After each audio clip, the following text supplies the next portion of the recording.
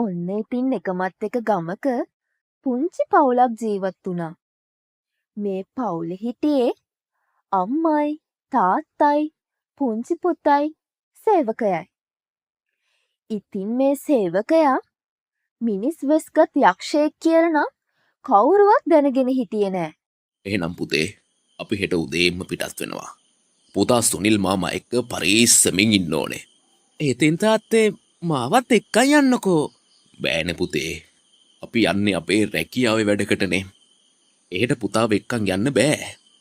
අපි ඉක්මනට එන්නම් පුතේ. පුතා පරීස්සමින් ඉන්න. සුනිල් පුතාට ඕනේ කරන ඔක්කොම වෙලාවට දෙන්න. ශරි මහත්තයා මං හරියට දෙන්නම්. මහත්තයා ඔක්කොම ලියකිවිලි ගත්ත නේද? ඔව් මං ඔක්කොම දාගත්තා. අපි යමු. පුතාට හැරවන්න ඕනේ නෑ. සුනිල් එහෙනම් අපි යනවා. ශරි මහත්තයෝ ඉතින් මේ අම්මයි තාත්තයි යන්න පිටත් වුණා.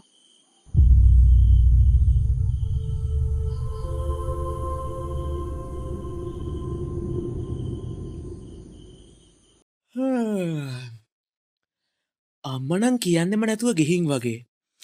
දැන්නම් බඩගිනි. කුස්සියට ගිහින් බලන්න ඕනේ සුනිල් මාමා හදලා තියෙන්නේ මොනවද කියලා. සුනිල් මාමේ කොහෙවත් නෑනේ. කඩේටවත් යන්නේ නැති. අනේ කවුද ඔයා? අනේ මට කරදරයක් කරන්න එපා. මං කවුද? මන් තමයි සුනිල්. ඔයලා ඔක්කොම හිතාගෙන හිටියේ මම මිනිසෙක් කියලා නේද? මේක තමයි මගේ ඇත්ත පෙනුම. මං තමුන්ට දැන්ම මොකුත් කරන්නේ නෑ. ඒ වෙනුවට මට මාංශ ගෙනත් දෙනවා. අනේ මන් ළඟ මුදල් නෑනේ. මට ඒවයින් වැඩක් නෑ. කොහොම හරි මට මස් ලැබෙන්න ඕනේ. එහෙම නැත්තම් ඔහේ මගේ කෑම එක වෙයි. දැන් යනවා. හැබැයි මං ගැන කාටවත් කියන්න බෑ.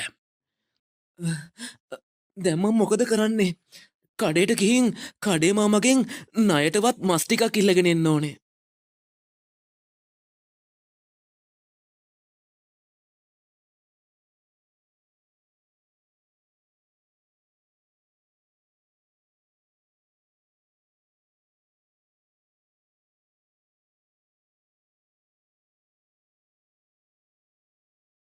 මාමේ මට මස් ටිකක් දෙන්න පුළුවන්ද ණයට? අනේ අරන් යන්න පුතේ. තාත්තා මට කියලා ගියේ උදේ පුතා ඉල්ලන ඕනේ දෙයක් දෙන්න. ඇවිත් සල්ලි දෙන්නම් කියලා. කාටද පුතේ මස්? මේ සුනිල් මාමා කිව්වා ගේන්න කියලා උයන්න. සුනිල් කවදාවත් පුතා වෙවන්නේ නෑනේ බඩු අරන් යන්න. මෙන්න මම මස් ගෙනාවා. එහෙනම් දැන් යනවා කාමරේට. ගෙදරින් එළියට යන්න තහනම්. යන්න කාමරේට.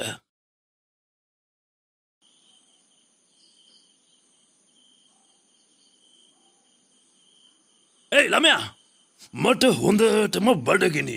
යනවා. මට ගිහින් මස් ගෙනත් දෙනවා. හැබැයි උදේ වගේ පොඩ්ඩක් ගෙනත් මගේ තරහ උස්සන්න එපා. මාමේ මට ඊයේ උදේ වගේ තව මස් දෙගුණයකින් දෙන්න පුළුවන්ද? මොකද පුතේ මෙච්චර මස්? නෑ මාමේ. නෑ මාමේ මේ සත්තුන්ට දාන්න තමයි මස් ගෙන යන්නේ. උදෙත් මස් ගෙනිච්චා. දැනුත් මස් අරන් ගියා. මෙතන නම් මොකක් හරි තියෙනවා. මං ගිහින් බලන්න ඕනේ. ඉතින් මේ කඩේ මුදලාලිට මේ ගැන සැක හිතිලා ළමේ පස්සේ හොරෙන් යනවා. බුදු අම්මෝ මේ යකෙක් නේද මේ අර ගෙදර ඇතුළේ ඉන්නේ? මං ඉක්මනට ගිහින් ගුරුන් වහන්සේව එක්කන් එන්න ඕනේ. ඉතින් මේ මුදලාලි ඉක්මනට ගිහින් ගුරුන් වහන්සේව එක්කන් එනවා. මට හිතුණා මුදලාලි මහත්තයෝ සුනිල් කියන හාදයා ගමට එද්දිම ඒ හාදයා නිකම් මිනිසෙක් වෙන්න බෑ කියලා. ඉතින් ගුරුන් වහන්සේ නිවාස ඇතුළට ගොස් අර යක්ෂයාව බෝතලයක් ඇතුළට දාලා හිර කරලා රැගෙන යනවා. තවත් මේ වගේ ලස්සන වීඩියෝස් බලන්න අපේ channel එක දැන්ම සබස්ක්‍රයිබ් කළ තියාගන්න.